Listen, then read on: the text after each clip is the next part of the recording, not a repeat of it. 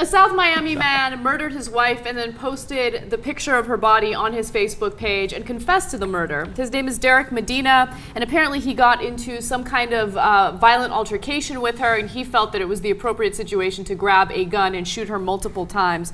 According to the Associated Press, Medina told investigators that he and Alfonso is his wife, that's her last name obviously, had a verbal dispute around 10 a.m. during which he grabbed a gun from the closet and pointed it at his wife. She reportedly told Medina she was leaving him before the dispute moved downstairs. There, Medina told police Alfonso began punching him. He retrieved the gun from upstairs and again confronted his wife, prompting her to pick up a knife. He told detectives that when he took the knife away, his wife began hitting him again, at which point he shot her several times.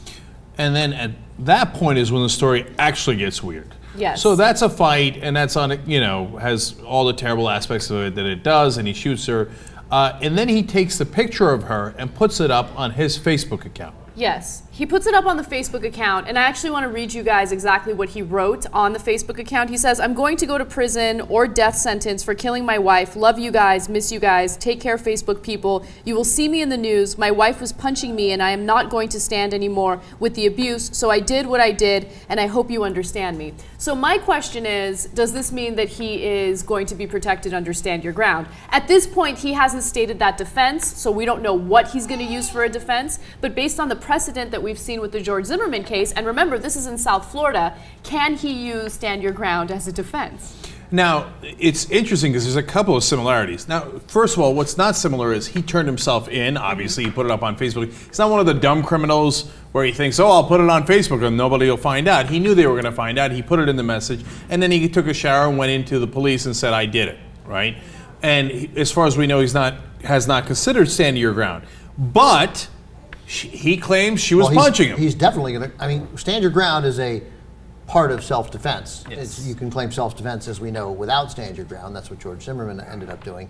But he's certainly going to claim self-defense. That's would seem readily apparent. And of course, Zimmerman got the benefit of Stand Your Ground in the end when the judge read it to the jury. So there's two different parts that you could use Stand Your Ground in. And in this case, even though he now has the knife and the gun, at the end of the altercation, remember, he took the knife away. He's got both weapons. She's punching him.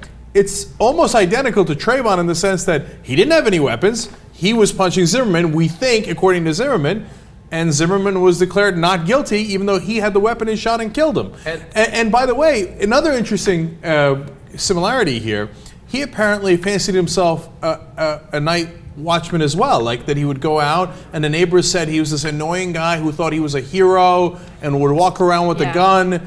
He almost even looks like Zimmerman. And by the way, it's in Florida. Yeah, so the person who said that was a neighbor by the name of Yoshi Dade. And Yoshi says he was always there late night and he's weird to me. He's always kind of looking around and trying to be a hero. So you're totally right. He sounds exactly like George Zimmerman. He's going to get acquitted because it's a girl and not a black kid. So he's going to get, I say acquitted, he's going to get convicted. Yeah. Mm-hmm. The other similarity, unfortunately, is that he's left as the one who's alive, and we have to take his word, just as the same as with Trayvon and George. Yeah, we don't even know if she was hitting. His big mistake. That's no wonder he shot her several times. Shoot her once, she might live, tell a different story. Shoot her several times, your story is the only story on the record. And unfortunately, that's one of the lessons learned from all these cases is dead men don't talk.